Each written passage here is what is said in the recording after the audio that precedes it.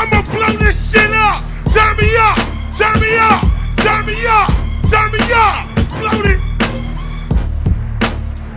Son one, I was just up the block doing my shit done. I was over at the British Library. It's not over, but I was there in a hurry. I walked over from the Pullman Hotel. I walked in looking real swell. I'm rocking the block. This is how we used to do it on the block with Scott LaRock. Is this real hip hop?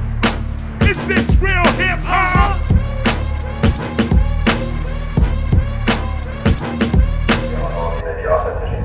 Ce dispositif concourt à mieux sécuriser les passagers et l'espace maritime. Je vous informe que l'équipe est présente à bord et nous vous accompagnerons durant la traversée. Merci de votre coopération. Ladies and gentlemen, may I have your attention, please?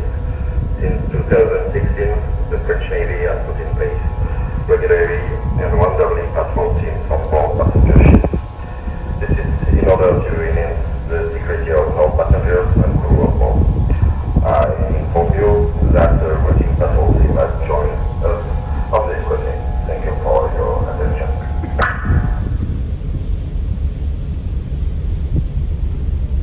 Welcome to the Temple of Hip Hop. I am KRS-ONE. And of course, it's a little breezy out here right now. I hope you guys are hearing me. We're going to go inside in a minute and start our lesson. But I'm leaving right now the Dover, this is called the White Cliffs of Dover. And we're actually leaving here. If you eat Dover sole, this is the sea that it's supposed to come out of, supposedly.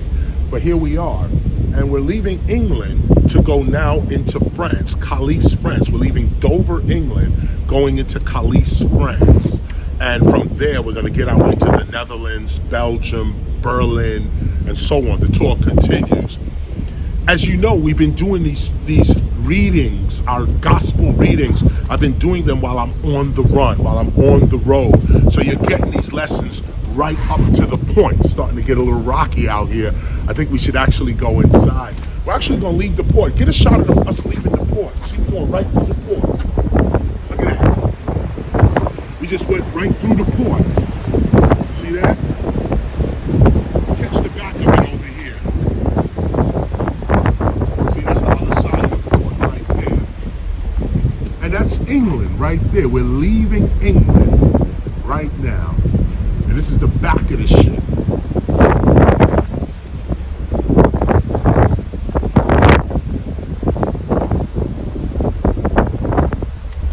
So let's go inside and start our lesson, Temple of Hip Hop. Follow me in here.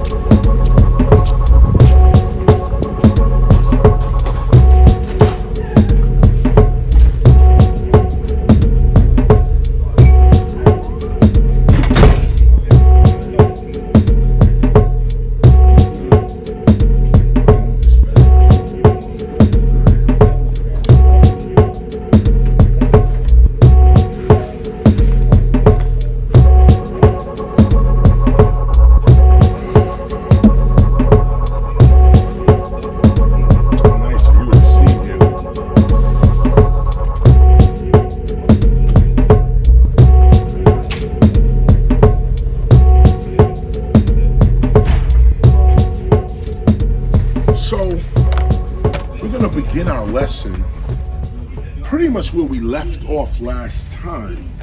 But what's interesting here is that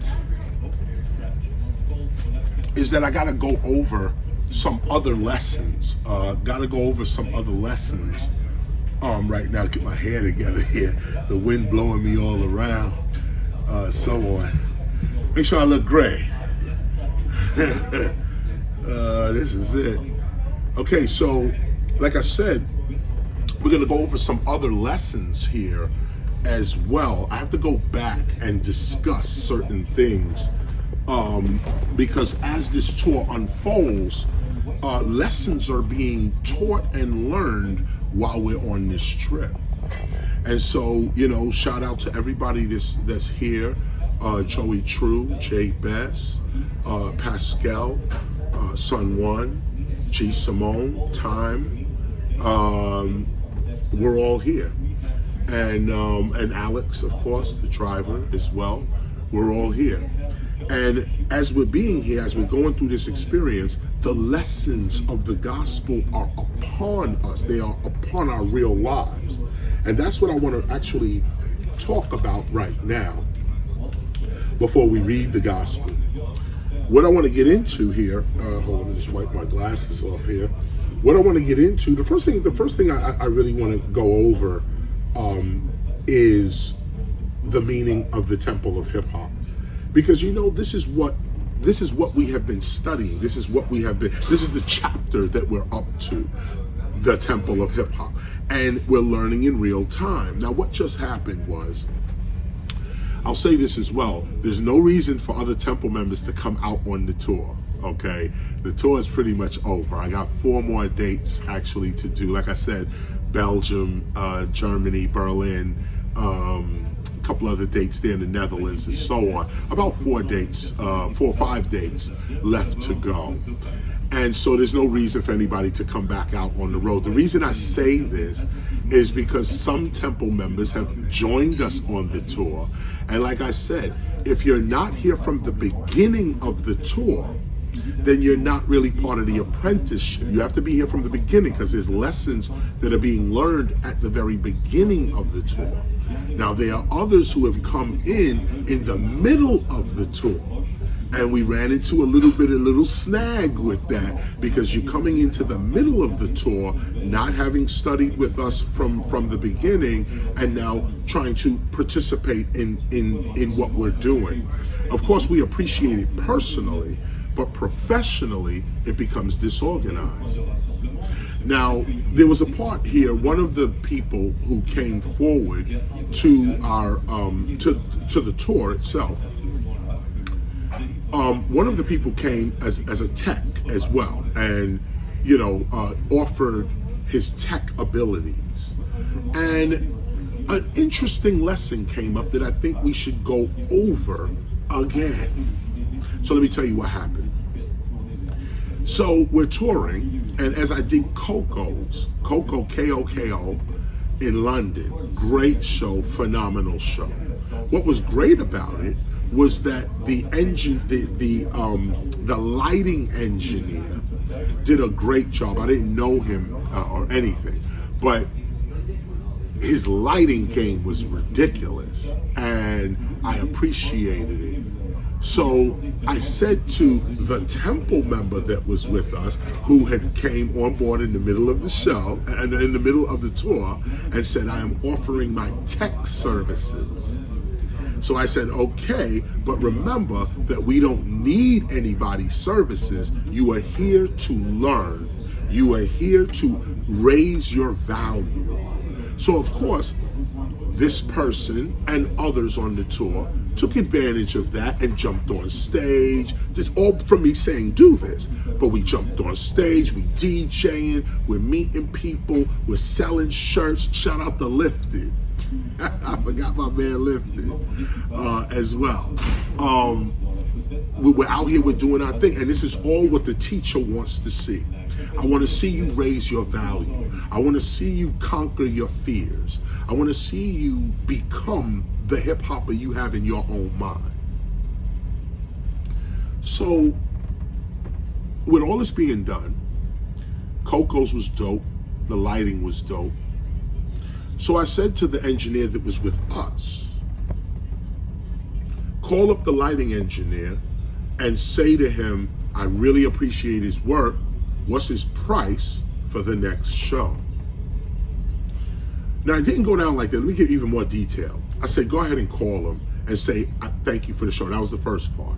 So he went ahead and he called the lighting guy, told him what I said. And the lighting guy said, I'm going to be at your next date. After London, it was Newcastle. It was Newcastle, right after London. He said, I'm going to be in Newcastle. So I said, look at that, Ancestors working. We didn't know that. It's just the way it was going down. He lives in Newcastle. Why would that be my next gig? Okay, leave that alone. So he's in Newcastle. So I said, okay, if you're in Newcastle, what's your price as a lighting engineer to work with me in Newcastle? So I sent this message back through our tech person who was with us. Needless did I know that as I'm sending these messages back through the tech person, our temple tech person was feeling away, because our temple tech person was saying, you know, you're paying this guy top dollar and I'm here too and I'm not getting nothing. And he felt the way about that. How could you pay this guy and not pay me? And I'm here sacrificing and so on. I said, you know, you're right. And we had this conversation afterwards, you know, and I demand honesty. That's what I'm saying. It's with respect, and there's no malice here at all. I'm teaching a lesson, but a real one in real time. We talked about it outside, and I appreciate the brother coming and saying, this is how I feel. You don't diss nobody for how they feel.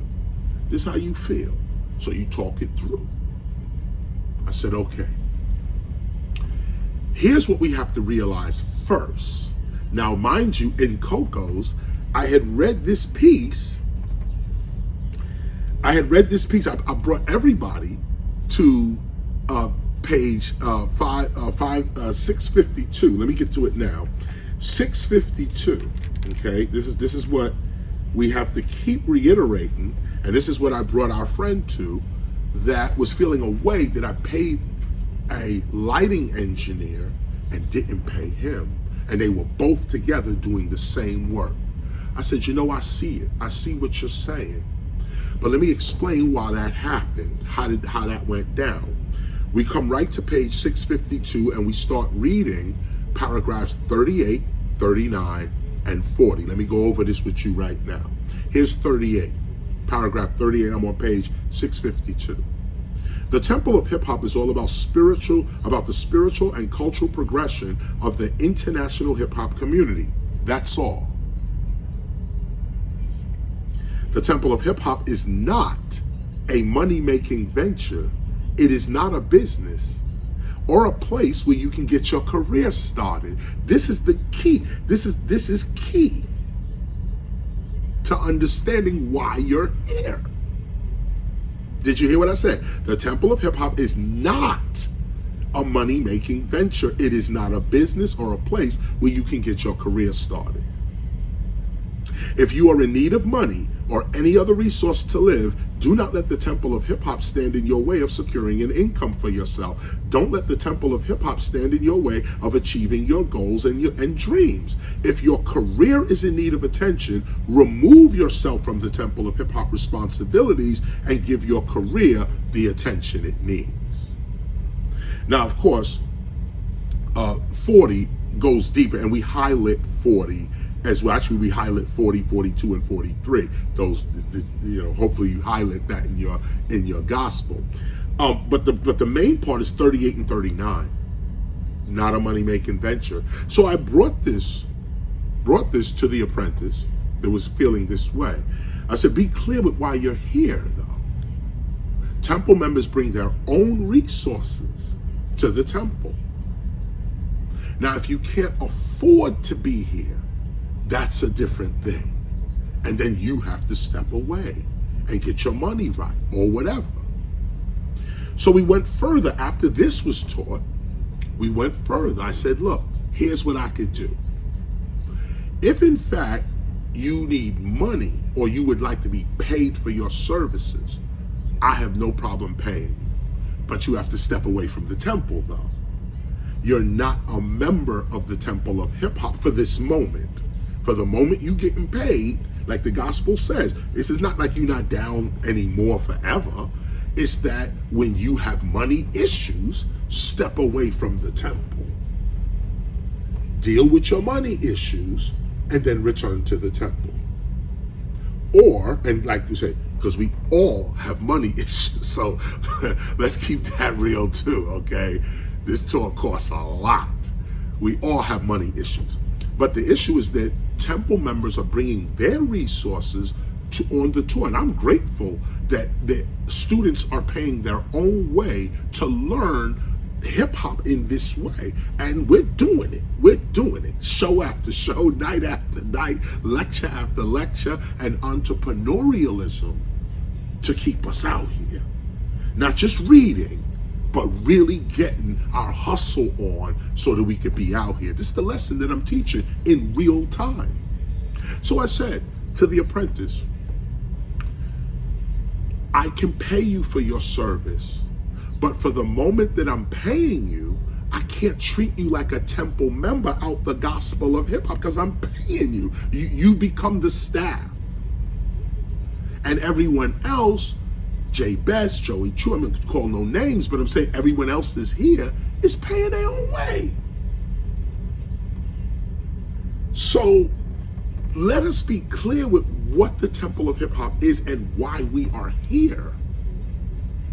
So I just used that as a lesson. That's what happened and of course the apprentice understood. Of course he understood. And he said, thank you for that clarity. Because he was confused about how that could go down. And you could see from a surface level, right, if I'm up here doing the work, how you paying him and you're not paying me? I could see that. But if you refer to the gospel, the reason why you're not getting paid is because you're the Temple of Hip Hop and you're doing the work. You're bringing your resources with me, like me, okay, bringing your resources for the progression of the ministry work that we're actually doing. If you're not here for the ministry, now we have a different situation. But you got to be clear. This is a ministry, archive, school, society. That's what we're doing. And that's what we're doing out here. That's what it is. We're teaching, we're performing. Even during our performances, we're teaching. So I wanted to get that clear up at the front. This lesson goes into a deeper one about, you know, I'm here in England, right? And let me get this note out. Well, actually, I'm not in England anymore. I've actually left. I'm in the middle right now of England and France.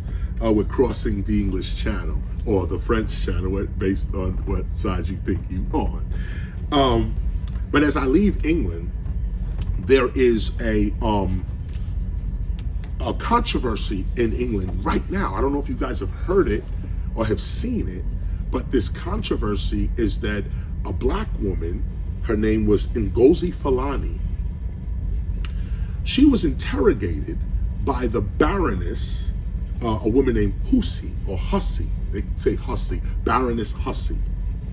So Ngozi Fulani was interrogated by Baroness Hussey about where she was really from. So I don't know if you guys have seen this in the news. I don't know if America is even broadcast this, but over here in England, this is big news, okay? How racism is still prevalent in the royal family. The woman felt as though she was out of place. The Ngozi Fulani, who was there talking about, there's another, the event had nothing to do with this. This was an event against domestic violence and domestic violence issues. But the Baroness Hussey, kept interrogating Miss Ngozi Fulani about where she was really from. She said, the woman said, I'm British.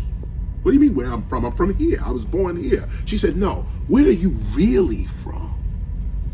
And the woman took it as a disrespect. Now it was, let me say, you know, she took it as disrespect. No, that was a disrespect and it was racist and it's the same thing. It's that same racist tone. You ain't really part of me. You ain't really part of this country. We just have you here like slaves. You're not really a citizen. And that's the attitude that this woman was coming off with to Miss Fulani.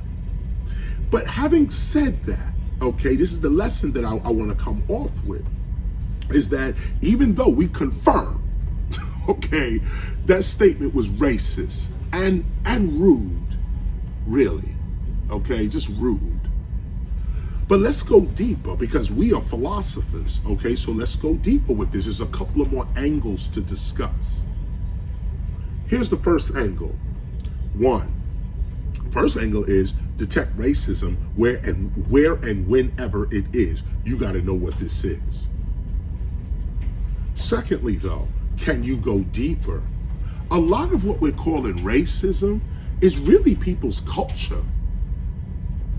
And I just want to stay here for 1 minute. This is the first part of this lesson because we're talking about being able to see things for what they really are, not get caught up in your emotions. I went over this last week, or a couple of lessons ago, not get caught up in just the emotions, but do you have the ability to really see what's going on? Not whether you're being abused, disrespected, or so on. That could be the case. But can you look past the emotional effect of being disrespected or being abused in some way and look at what's really going on? And what's really going on here is a lot of times what we're calling racism is somebody having a bad day. And that's all it is. It's like, I had a bad day. A lot of times what we call in racism and prejudice and discrimination is somebody sad and depressed because they're taking care of an elder that they have no more resources for. Then here you come looking like you doing good and the person just reacts. You know, a lot of times the oppressor is the one that's actually oppressed, which is why they're oppressing. Can you hear that? That the victim is usually the victimized. You're looking at a colonist invading your land because that colonist is a victim of another colonist who invaded his land. You know, it's so funny that you would think that when people are free from slavery and they meet another people, that they would not be slavers themselves, but that's not what history teaches us. African Americans freed from slavery, brought over to Liberia and Sierra Leone and all these little places that were supposed to be African American liberation. Even Liberia, that was the name of the place. We're supposed to repatriate back to this piece of land. The minute we get there, we subjugate the indigenous people, they're black people, subjugating black people. You would think you was just a slave your damn self. You're gonna go to Africa now and do the same colonial imperial attitude, have that you just escaped from. It's history. The French enslaved the English, but when the English got free, what did they do? Enslave the Irish. Then the Irish get free. What they do? Come to America and join the Klan. You know, this is the history of it, of abused people continuing the abuse on other people. Hip hop has to be clear that we're not doing that. Many of us come out of slavery.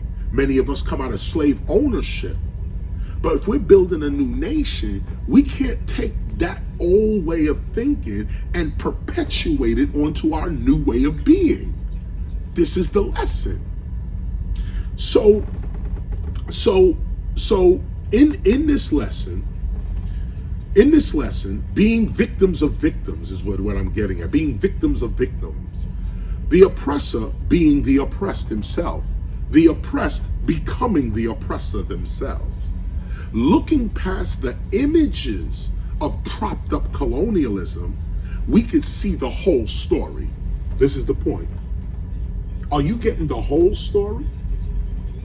Like I said, I was in England and I jumped in a cab, and as we were driving from Liverpool to Manchester, about an hour drive, 40-minute drive. So the cab driver, we just get into a cab conversation, a white man, English man. We get into a conversation, it's no racism, nothing. He's just talking, I'm talking. He breaks down. Yo, and I don't even know how we got here, but somehow he started talking about how he's an adopted child and how his mother abandoned him. He was an Irishman, and he said having a kid out of wedlock in Ireland back in the 50s was a no-no. So his mother had to give him up. And he just reconciled with her like last year. He an old man driving a cab. He's like 50 something. Well, that's not old, but I'm just saying. He's up in the age, okay? But at 50, he just reconciling with his mother that abandoned him, had to abandon him because of the shame that she was feeling or had to endure back in Ireland in the 50s and 60s. Now, this has nothing to do with racism. This has nothing to do with nothing except this man's plight. Now, if you can't bring your heart to another person's plight and just see it for what it is, don't add nothing to it. Don't season it with your own emotions. Just listen to what it is and judge the story based on the story. This man's going through his own emotional thing, which is coloring how he may deal with you. Every time a white person criticizes a black person or black something, they're not racist. Let's be clear with that. Every time another race criticizes another race, that's not racism. And just because another race may be rude to another race or person doesn't mean that that's the core, like that's what I'm trying to be. I'm trying to be rude to you. No, my child is in the hospital and she may not make it to the end of the week. I'm mad, I'm angry, I'm sad. Here you come and I can't deal with you. I don't know how to deal with you because I'm going through my own thing.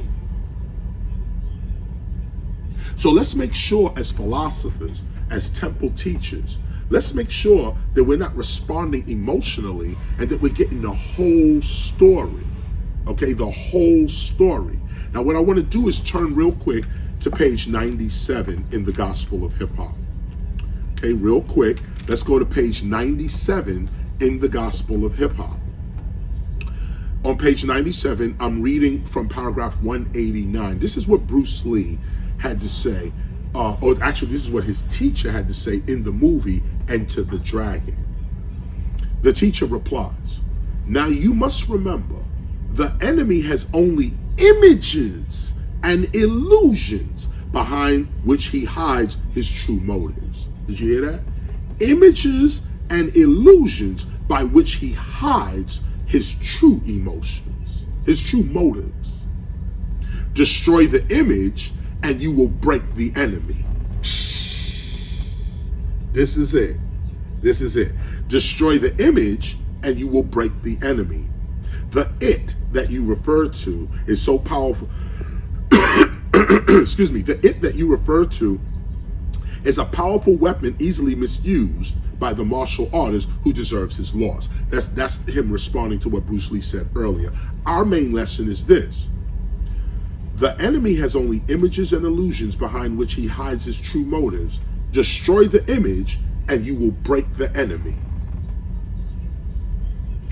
Do you have the whole story, or are you reacting emotionally to the images and illusions and attitudes and postures that people are giving off? Look past the illusion, look past the image that they're giving, and you will break the enemy. And in this case, the person doesn't have to be an enemy. You know, the best way to break an enemy is to make the enemy a friend.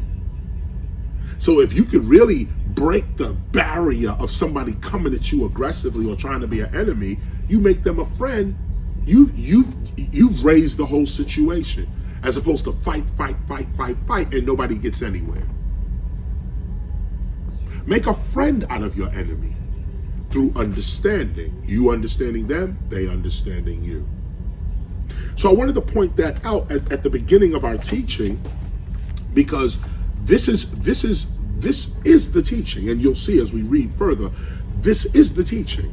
We're talking about character. We're talking about the temple of hip hop. We're talking about what it means to be part of the temple of hip hop.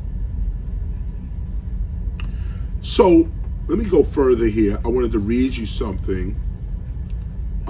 Just wanted to read you something real quick. Let me go back over here, because what I'm going to do is reread. Yeah, here we go. What I'm going to do is go back and reread a large portion of what we had read, because it goes into this as well. It goes into the lesson that we're teaching. What is the lesson we're teaching? Don't get caught up in images and illusions. Don't allow your emotions to run wild where you can't see the whole story. Sometimes you're causing things to happen that should not happen because you're not seeing the whole story. Always look for the whole story.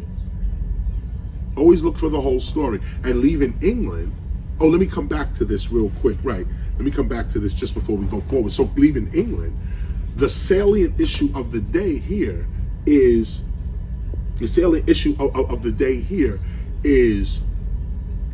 the Baroness Hussey interrogates Miss Ngozi Fulani.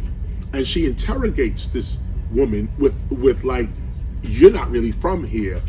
Are you really from here? Now, what I wanted to bring out in terms of philosophy, though, okay, we confirmed that was racist and rude. But as philosophy, look at what's going down.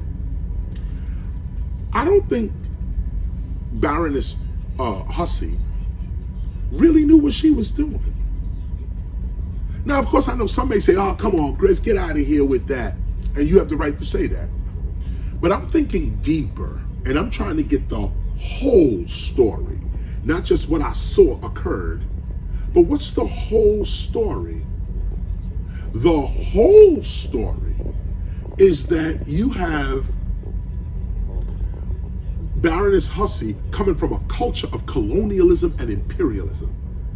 She's in the royal family, been in the royal family for 60 years, right hand to the queen.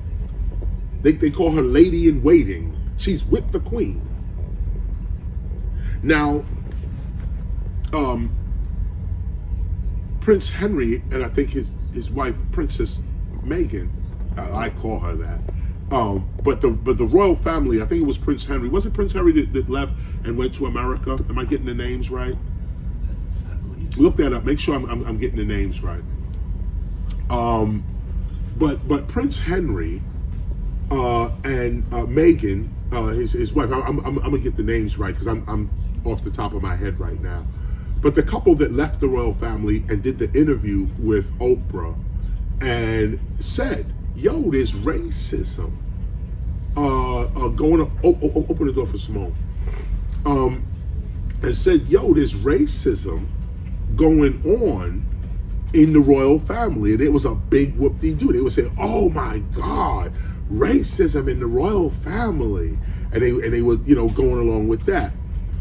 And everybody said, no, it was in fact, But now with this new allegation, now it's like, yo, this is what, almost like I told you so kind of a moment. Most of England is looking at this right now like, wait a minute, this is what it is? Harry, right, let me get it? Harry and Meghan. Harry and Meghan, sorry about that. I should know these things. But Harry, Prince Harry, and Meghan, Princess Meghan, his wife, they brought this out. Okay, they brought this out and during the Oprah interview. But now England is getting its own little taste of what this is about. Now look at this closely, okay? You have colonialism. You got colonialism, a family dealing with colonialism, okay? A family dealing with colonialism. This is their culture. Now, we can argue all day, but the British royal family are colonists and imperialists. There's no way around that. There's no way around it, okay? We're not disrespecting nobody's family. But the history is the history. The result is the result. So instead of quickly saying, oh, Baroness Hussey is being racist, first let's take a look at her culture. Where she's coming from, you ain't British. We brought you from Africa and put you in Britain and then told you were British. And that's the truth too. British black people need to wake up to Garvey. Because Garvey will tell you in a minute, you ain't British, you African. And don't forget it. But in this instance, Ngozi Fulani defending her citizenship, which is really what it is. This woman questioning my citizenship and I'm born here? There's no excuse for that. But deeper, look who's questioning you. An imperialist is questioning you. What else is the imperialist supposed to say? The imperialist knows that they stole you from Africa. The imperialist knows this. It's you that's playing a citizenship game. Okay, and that's what it is, a game. Because the truth of the matter is that you're African. So when Baroness Hussey says, no, where are you really from? The question could have been, I'm really from the west coast of Africa, and because of your family and it's imperialism and it's terrorism against my people, I'm now here in Britain. That would have been the accurate answer. But again, if you only can see racism, then you cannot see the other person's point of view, and so you're not getting the whole story. Baroness Hussey she's part of an imperial group. Now, whether you agree with that or don't is not the point. The point is, that's what her culture is. So her words to you is not going to be, oh, no, African, you a citizen of Britain. that ain't part of what she's about. Okay, Britain is in Africa now, still robbing diamonds, gold, silver, all type. They there now. So I use this as an example to say, look at this. Yes, it was racist and rude what was said. We cannot deny that. But if you are a philosopher, you go deeper into history and you say, well, wait a minute, the whole story is that the woman interrogating you is an imperialist. So what is she supposed to be saying to you? That we all together and she sees you as an equal? Of course not, she don't. So she's speaking to you from the truth of who she is. Now, instead of getting angry about it, what you want to do is constantly keep your distance from the imperialists mentally and in character. That ain't what we about. That ain't what we doing. That's what you really want to do, is educate your children past this attitude. Questioning people who are born in a country to say, you're not really from here. Now, I put the Garvey on it as a third piece, because Garvey would say she's right. Where are you really from? Don't look at the disrespect. Come over to the question. Are you really British? Are you really American? I mean, think about that.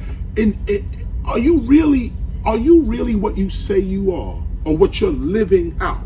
Your reality of your identity, is it real? Is it true? Or have you been given an identity? Are you believing in what imperialists are telling you are?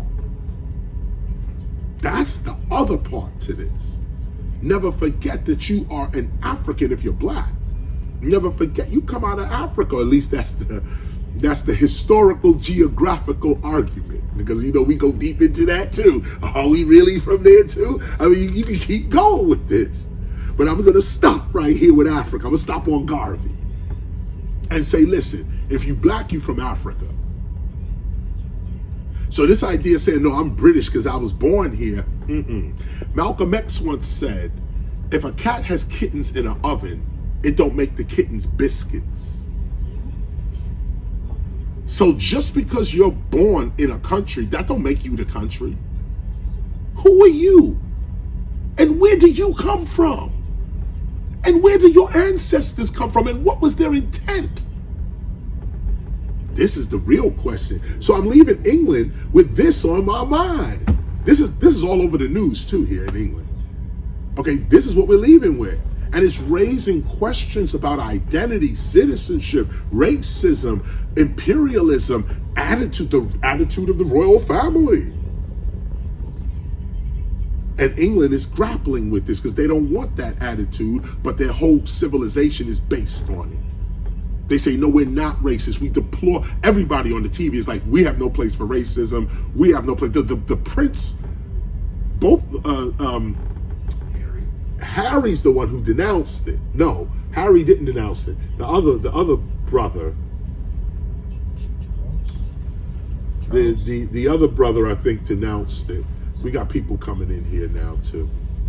So this is the first half of my piece here that I want to bring up before we start to read the gospel. And I had a moment here real quick, but I think I'm in a private room here real quick, but I think I'm about to be interrupted because more people are trying to get in with their code. So we're going to take a break right here, and I'll be back with correct names and the other half of our piece. I'll be right back. I want Aboriginal. Aboriginal. Aboriginal. Call your ancestors. Call your ancestors.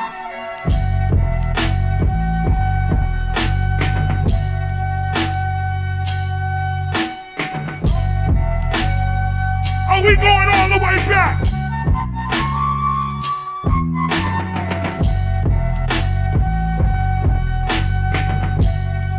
This is healing music. Get that commercial shit off your mind.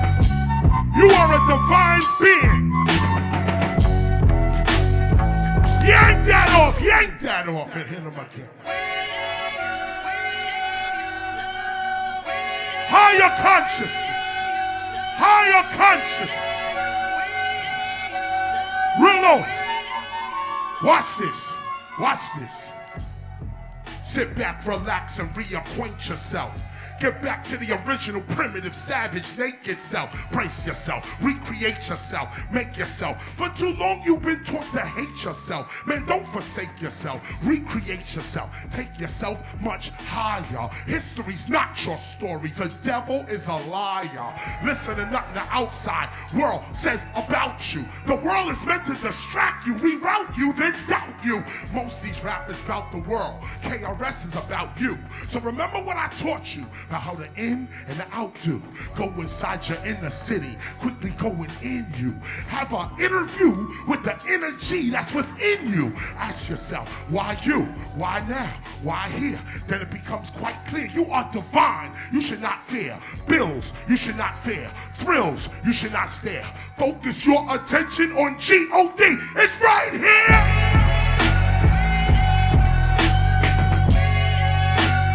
Call your ancestors right here.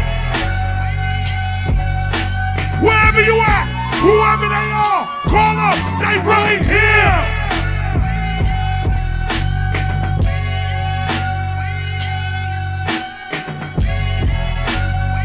Yo, one more. Nobody's ever gonna tell you are divine. Because they ain't reached that mind, and all this time they still are blind. They tell you get in line, follow them, look for signs. Man, that's baby milk. Here's the raw meat. It's cooking time. It's the way in which you look at brain and look at mind.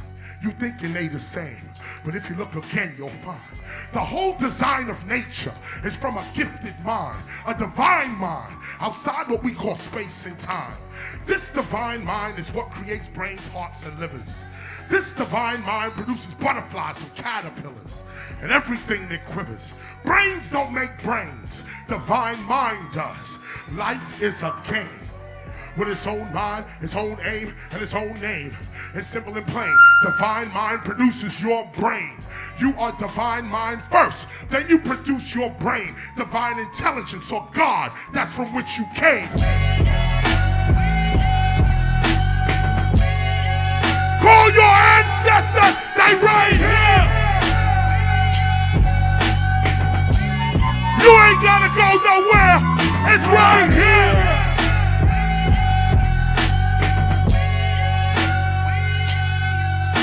Right here.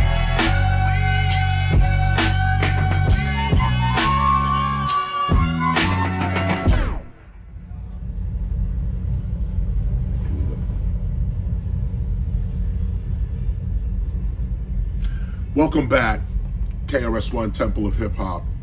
So before we broke off, it was Prince William, Prince Harry and Meghan is the couple that's actually in the United States, I guess, royal family, and Prince William, and of course his wife as well. They're in the United States as well.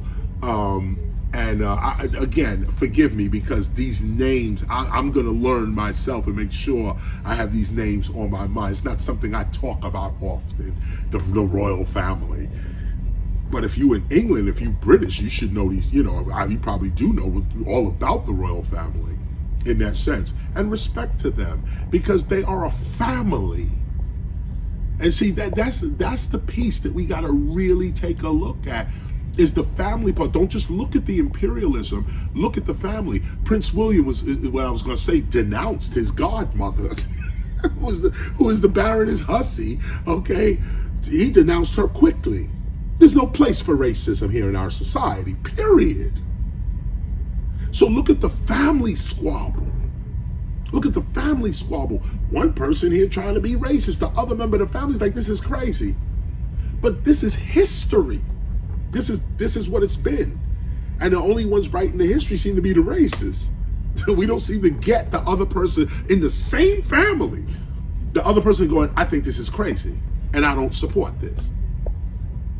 So just remember, what the first part of this lesson was about. Make sure you have the whole story. That's what we're dealing with. Make sure you have the whole story. I'm going to start reading from page 689.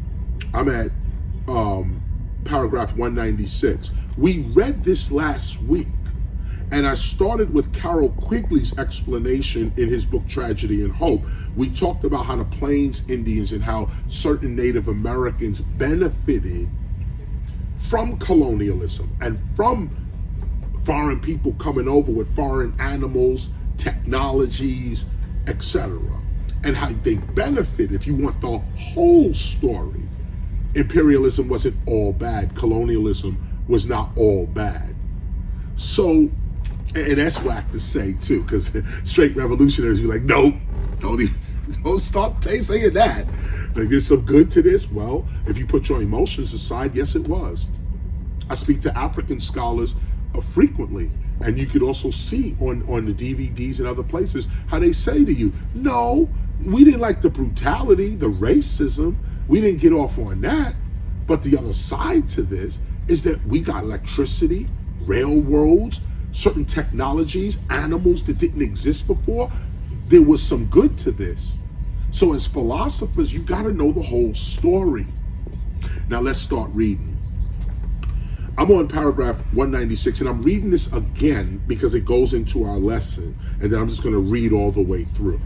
Here it goes. This group of European exploiters with guns, explosive, measles, and whiskey began terrorizing the inhabitants of the Americas, many of whom were us, the early hip-hop communal attitude. And look what I said, us, the hip-hop attitude. Not a people, not a race, not a group. An attitude is us. A character is us. Those forward thinkers that with that street attitude. However, with superior weaponry, these aliens, illegal aliens, sought to enslave our people and steal our resources. And this is what the British society is dealing with. This is what the royal family is dealing with, this history. Centuries of such activity resulted in the further establishment of the British Empire. And because of such activities, our creative intelligence, ours, was never really able to fully express itself toward our improved existence. Close this for a minute. Toward our improved existence. Any expression coming from our experiences or intelligence had to be beneficial to the British Empire, or it was deemed illegal or not worthy of study, unimportant. And that includes our language. That's why I'm speaking English. This is the result of British terrorism. This is the result of imperialism, British imperialism. Why I, a black man, speaking English and cannot speak my African tongue fluently. This is the result of colonization. For many centuries, our parents, grandparents, and great-grandparents could not express their interpretations of the world, of cosmic consciousness, and of self publicly. There, our ideas and ways of doing things were stolen and or suppressed by the commercial interests of European invaders with guns who sought to bring the Earth's people under their rule and order through their weapons and institutions. Spanish, Dutch, Portuguese, and British commercialism, also known as British colonialism, ignored the existence and authority of everything and everyone it came in contact with, and with the use of bombs and guns, whiskey and disease, the British Empire paved a silence over all earth cultures under its oppressive rule. Long suffering and oppression resulted for all the Earth's indigenous people, while British commercialism matured and developed, creating its own philosophies and views of nature and the universe. Truths, facts, and discoveries made long ago became irrelevant to the new Western mind that believed in the supremacy of British culture over all others. At this point, the whole world would have to wait hundreds of years for Western man with guns and bombs to mature mentally and spiritually to the point of rediscovering what every other culture already knew about nature, the Great Spirit, and the nature of reality itself. It's like British colonialism/commercialism halted the world's progress through terrorism until it, the British Empire, was able to catch up, and it still hasn't quite caught up yet. Even other Europeans felt the horrors and stagnation of European commercial conquest. Did you hear that? Other Europeans felt this conquest as well, not just black folk. There's a group of people bent on taking your stuff. Simple. No matter what race you are, what color you are, this group of imperialists, commercialists, colonialists, capitalists, this group is terrorizing everybody. If you ain't down with their program, you're getting terrorized. That includes all races of people, including their own people in their own land. Now here's the part I'd like to highlight. 202 gets highlighted, and this is where we continue our read this week. Highlight 202. 202 gets highlighted. However, many young Europeans still love and respect the basic global hip-hop attitude and idea, and this is why the Temple of Hip-Hop exists. See, anytime we talk about why our temple exists or we're explaining our temple, we highlight that. Our aim is to assist in the spiritual and cultural maturity of our hip-hop community in particular, as well as humanity in general, and that's what I'm hoping this lesson is imparting here today. We're not making excuses for racism. We're not making excuses for imperialism and invasion. But if you don't know the whole story, you become trapped in that particular narrative. That means you can't get out of it because you ain't got another story. You got another road. You don't know the whole deal. We believe that as evil as some European, African, Asian, Arab, Latino, and Native American corporations have been toward the growth of humanity itself, as individual people, though, they too were victims. Immature, insecure, and ignorant of themselves. Let me hit you with that one more time. We believe, this is the Temple of Hip Hop, this is a belief of our temple. We believe that as evil, okay, as some Europeans, African, Asian, Arab, Latino, and Native American corporations, and that's what we call them. These are money-making corporations that are doing this. As evil as these corporations have been toward the growth of humanity itself, as individual people, they too were victims, immature, insecure, and ignorant of themselves. This is the true state of the colonists. No, we do not condone or even disregard the horrific effects of blatant genocide, greed, and hatred. That's in our gospel. We make sure we say that, and I'm making sure I say it over and over again so that we are not confused here. We are making no concession for tyranny. No, we do not condone or even disregard the horrific effects of blatant genocide, greed, and hatred. However, even today, we can see that such acts are indeed the acts of the fearful, the ignorant, the doubtful, and the unachieved. We can see how our parents were actually victims of victims. This is the lesson. As well-respected metaphysician Louise Hay, shout out to Hay House as well, Louise Hay has pointed out, quote, "What kind of childhood would produce an adult like that, end quote. That's the key question when you're looking at an adult crazy, acting wild and crazy. The question here is, what kind of childhood would produce an adult like that? What did they go through to come at these decisions? Author, historian Howard Zinn, big up Howard Zinn, agrees, quote, in the long run, the oppressor is also a victim. In the short run, and so far human history has only consisted of short runs, the victim is themselves desperate and tainted with a culture that oppresses them, end quote. This is Howard Zinn. What a tragic situation to continue to perpetuate. Here, the victim of injustice grows up bitter, eventually losing faith in humanity and society's institutions, while the criminal grows up guilty, eventually losing faith in himself. Ultimately, everyone suffers when injustice is produced. Everyone suffers when injustice is produced. Therefore, our aim as a Temple for Hip Hop is to promote reconciliation, forgiveness, and healing within the hip hop community, to turn up the volume on peace and justice over war and revenge. Let's go ahead and highlight that. Let's go ahead and highlight this. We're highlighting 206, and let me also hit you with, we're going to highlight 206 all the way to 211. 206, 207, 208, 209, and 210, and 211. So go all the way from 206 to 211. Got it? Okay.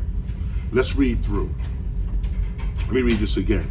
Therefore, our aim as a Temple for Hip Hop is to promote reconciliation, forgiveness, and healing within the hip hop community, to turn up the volume on peace and justice over war and revenge. Highlight that. Here's paragraph 207. This is the aim of our ministry, to teach our people how to curb and control those natural instincts that motivate one man to rob and or kill another, to lie to another, to exploit another. These are instincts. This is animal instincts, okay? The savagery, now I'm going to go over that word because this book, the gospel, was written before we changed our view of what that word means. Savagery, barbarian, primitive, all of these words we dealt with in another lesson. But right here, I'm just going to read this through and then read this piece about savagery, because we're using this savagery, meaning an animal state of humanity, an animal state. You have no feelings for the next person. You can't. You're just moving on instinct. The savagery that prevents groups of humans to rise above their condition is the same savagery we are faced with today.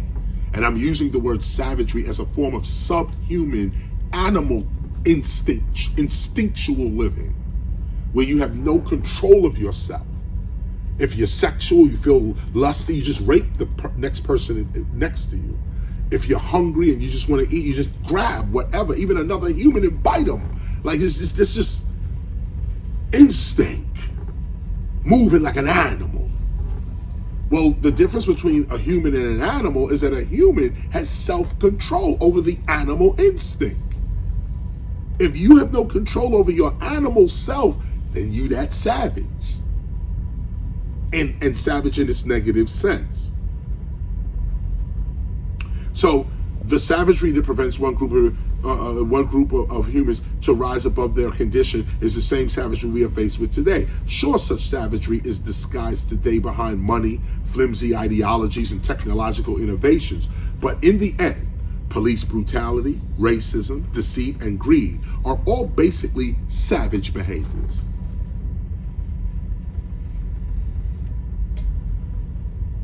And it is not the fault of individual people, it is more the fault of failed institutions and social policies. We know that it is a society's social institutions that support the very foundations of human civilization. Such institutions replace our natural need to seek food and defend ourselves, and when such institutions collapse for one reason or another, the society returns to its natural animal state. Hip-hop cannot be part of such a decline. The cause of any meaningful religion is to produce a human social order out of a natural animal chaos, to establish a common spirit amongst the members of the society. Now, this is what we're talking about, the purpose for religion. Religion, as an example, keeps a society of strangers together, focused upon one common motif understood by all. It creates an abstract family social structure for a society of strangers to relate to each other regarding good and evil. This is the purpose of religion. Not just so much about belief or faith, but how does religion act in a society? It brings strangers together. It brings people who don't know each other necessarily together. Say, look, do you believe this? Or can you believe this is what I should say. Can you believe this? Yes, I can believe this. So we're together. We can't be brothers and sisters if we don't have the same parent. God is the divine parent that unites humanity. You cannot have a functioning, ordered society without God. Or I should say, without religion, I should say. What do we all agree upon that's abstract, philosophical, not physical, not material, more toward principles? What do we all agree upon? Because once we get the principle right, then we can all, then no matter what we all dealing with, we can all come together as a family, even though we might not know each other and may be strangers, like a society of people. No human society can exist without a strong moral code, a strong sense of what is right and what is wrong for its survival. But in hip-hop's case, morality can't just be about right and wrong. Morality, the morality of our group should also seek what is true and what is false. Morality is not just right and wrong.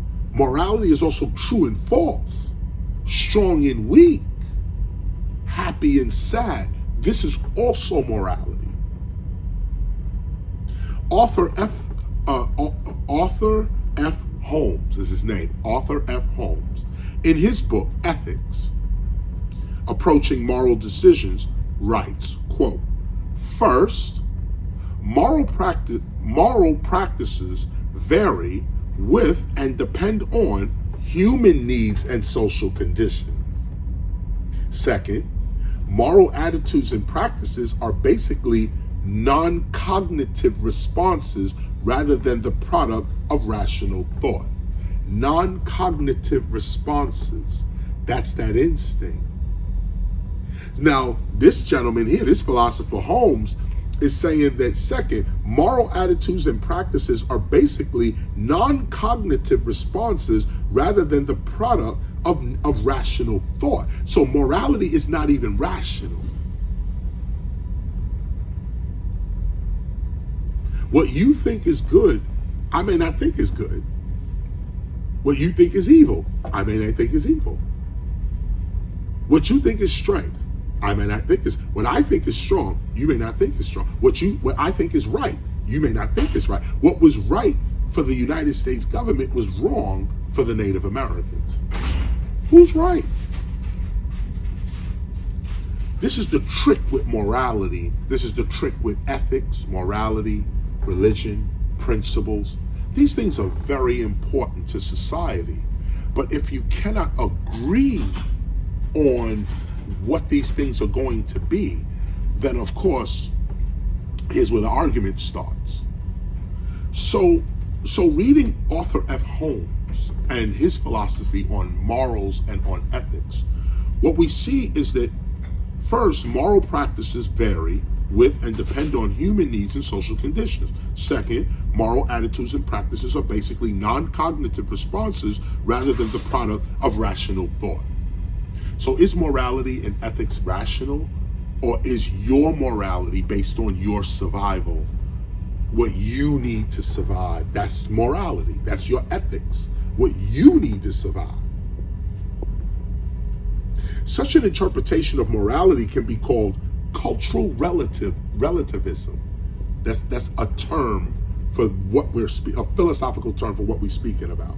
Cultural relativism, which is the view that moral beliefs and practices vary with and depend on the human needs and social conditions of particular cultures, so that no moral belief can be universally true. There can be no universal oughts. You ought to do this, you ought to do that. There's no universal oughts. Morality and ethics is based on the survival of a culture, survival of a group. We can see here that morality, although important and good for growing groups of people, is still not truth. As an example, for hundreds of years, our parents have been forced to accept the morality of their Christian slaveholders. Therefore, as a growing group of specialized people in pursuit of true freedom and justice, establishing our own moral code based upon what we need to survive, it becomes apparent that we will also need truth to survive as a group. We have seen now that without truth as a moral attitude within a group, such a group cannot survive in peace for long. In my time, Christian values and principles are collapsing because of this, and many urban centers around the world are sinking back into savagery. Again, why does the Temple of Hip Hop exist? Stop. Let me read you this right quick from my computer real quick. I want to make sure I document this in our record for history, okay? Just want to make sure I document this. What is your criterion for authority? What do you regard as human, as intelligent, as beautiful? For example, when someone describes a person or a group as primitive, what is the first image that comes to your mind? Do you see George Washington, or do you see an image of an early human? Be honest. What does primitive actually look like to you? When someone says primitive, do you think tribe or do you think nation? Most people, when they hear the word primitive, they immediately think of something or someone lower than themselves or not relevant to their times. When applied to people, the image of African Bushmen, early Native Americans, and Australian Aboriginals may come to mind, not nations, but tribes. However, the word primitive only means original. It relates to an early state or stage of something. Einstein's theories on energy, matter, and light can be called primitive in comparison to Max Planck's theories on quantum mechanics, simply because Einstein's theories were widely known before Max Planck's. Grandmaster Flash can be called a primitive DJ because he was the first to initiate the early stages of cutting, mixing, and scratching vinyl records. President George Washington can be called a primitive president simply because he is believed to be the first president of the United States. In the future, I might be called a primitive hip-hop philosopher because I am writing and teaching at the beginning stages of such a discipline. I can be regarded as the original or early stage of such a teaching, a primitive. Again, primitive from the word prime means first, original, and early. Prime also means highest in rank or importance, main. Your parents, grandparents, and great-grandparents can all be called the primitives of your family tree. So how does being primitive equate to somehow being less human or some kind of lower group? That's the question. You're a primitive, you get offended. Why? Because it's cultural. You're not looking at the whole story. Primitive is simply every other kind of primitive is simple. That's what primitive is. Primitive is simple. Every other kind of definition is an opinion attached to such a word. Without the primitive, there is no foundation by which to grow and develop anything or anyone. Someone has to be the first. Ultimately, God is primitive. But the antisocial, racist mind despises anything original because according to the laws of nature, original, ancestral, and traditional holds the true authority in earth. That which comes first governs that which comes after. We see this all throughout nature. Even scientists, Sir Isaac Newton described God as a first being, while philosopher René Descartes describes God as a first cause. The original is the author, which is the authority. However, everything original and first is despised by colonists or overly envied by colonists because they, colonists, are not original or first. And ultimately, and unfortunately, Americans of all sorts are trained to think in this same way. Can you think past this style of antisocial thinking? Can you actually respect the ways of original humans and possibly adopt their culture as your own? Can you become primitive? Or at least allow others to remain primitive? That's the other part. Respect for the first, for the original, for the primitive is the style of thinking that belongs to the true intellectual. And such a style of thinking does not stop there. Such a style of authentic thinking recognizes the fact that there is no competition between those that are first and those that may come after. All are useful and necessary. The child, the first, cannot criticize the adult for not drinking a milk bottle or suckling a woman's breast for milk. And the adult, the latter, cannot criticize the child for not having any milk to offer. The child cannot criticize the adult for not playing all day, and the adult cannot criticize the child for not working all day. The first is not always the best or the most developed. It is what comes after which stands upon the foundations of the first that can become more developed. But still, the foundations of the first, of the primitive, of the seed remains. What comes after, even if it is more advanced, is forever indebted to the first. For it would not exist if it were not for the first, for the primitive. The seed is not as great as the tree, but the tree is equally not as great as the seed. This is the understanding of an intellectual with a mentality free from the condition of institutional racism. Looking at this from another angle, usually when people speak or think of primitive people, they have also been educated to equate such a term with the word savage. Primitive and savage seems to go together in English language and society. However, originally in the English language, a savage was simply that which is in a state of nature, wild. The general representation of a savage was a human figure naked or scantily covered in foliage. Savage comes from the word silva, meaning wooded and woodland, and sylvan means one that lives in or frequents the woods, tree dwellers like our ancestors. Later, in Spanish language, silva, spelled S-I-L-V-A, would also carry the meaning of slave. Somehow these primitive Sylvans become slaves and cruel and fiercely brutal beasts when the Spanish and the English show up. So now when most people hear the word savage today, images of cruel violence and half-naked subhumans come to mind. Savagery is now associated with violence and ignorance, when in truth, the first savage people of the forest were among the most sophisticated and peaceful people in human history. These were mostly the shaman healers and so-called bush doctors of the forest. These were the people that knew the functions of every plant, tree, and herb in the forest and how they related to one another. These highly intelligent and resourceful beings were not the savages depicted by white Europeans. These violent white men, often called mountain men, mountaineers, foresters, hillbillies, and crackers, would come much later in American history. In fact, the savagery that European colonists are referring to is what happened to the peaceful people of the world's forests at the hands of these invading men. When such primal people first met Europe's psychopaths, the first primal people of the forest were not savages in the sense of being cruel and fiercely brutal beasts. On the contrary, it was the peaceful people of the forest that were met by cruel and fiercely brutal beasts in the form of European settlers.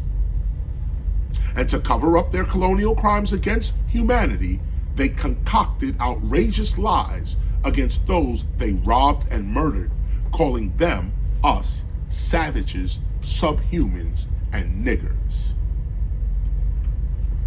Now that's savagery. I use the term savagery in the gospel to refer to that kind of individual. You running up in people's stuff, killing, robbing, raping, shooting, that's the savagery. But the people who were originally called savages were the victims of this, and you gotta know this, that's the whole story. Returning now to the gospel. And as a matter of fact, I'm going to stop on 227, but I want to read you through this because here now is the aim of our gospel. Let me read you through this. I'm at page 216. Let me read you through this. Again, this is why the Temple of Hip Hop exists. Now, we're not going to highlight this. Yes, we are. Go ahead and highlight 216 to 222.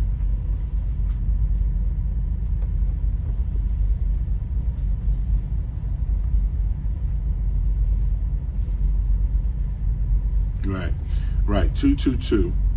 Go from 216 to 222. I wasn't going to highlight it, but I got to. Because, again, every time we talk about what, like when we explain ourselves, we highlight that. So again, here it is. I'm at 216. Again, this is why the Temple of Hip Hop exists.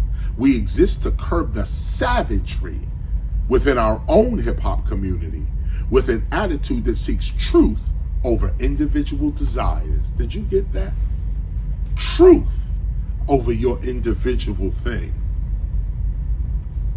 Our aim is to inspire children beyond fear, rage, and doubt, the cause of so much adult injustice and evil in the world. Our aim is to heal the wounds of ignorance on both sides, to free both the slave as well as the slaveholder from the victimization both groups have had to endure.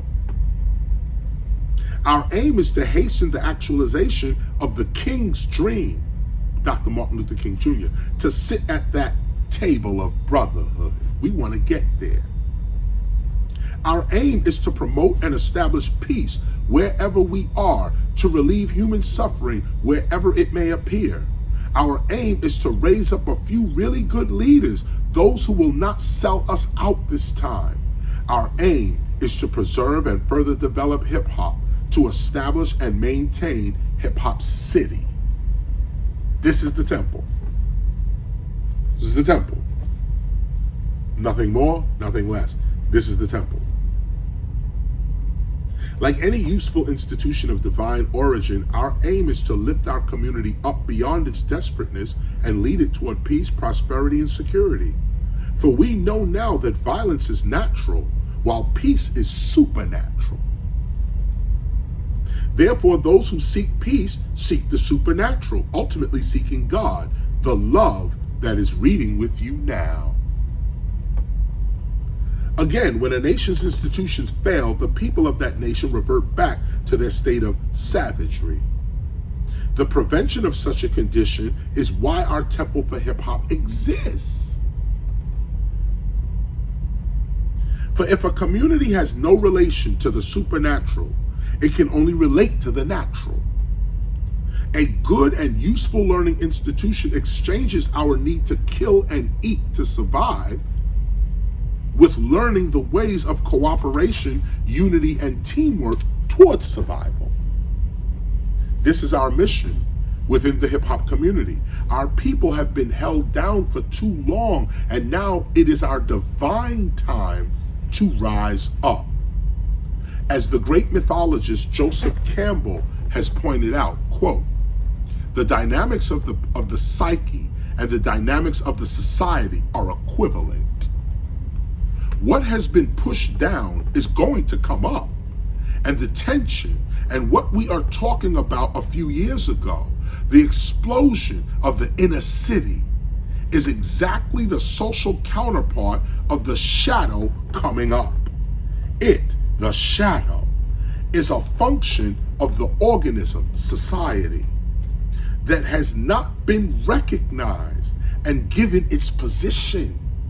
And always out of that comes an enlargement of consciousness, and there has to be an assimilation of the two, end quote. So that's Joseph Campbell talking about, some of you who study metaphysics and so on, you hear this term, the shadow. You got to work on your shadow or to avoid the shadow. Well, this here, the gospel talks about the shadow as simply something you're repressing that you won't allow voice to. That's how it becomes a shadow, because you're denying the truth. So you got this shadow over here. Once you recognize the truth or give that shadow a voice, it's not a shadow no more. And what Joseph Campbell's here saying is that these shadows are created by suppressing voices in society. Whatever you push down is going to rise up. So we're going to stop here at 227. We're going to stop here because that's the end of this particular lesson. Do you have the whole story? Or are you just reacting emotionally to the stories you're hearing? Are you relating your whole life based on gossip, based on hearsay, based on news reports, even based on what a person comes directly and says to you? Do you have the eye to look past what a person is dealing with and really get to the truth of the matter?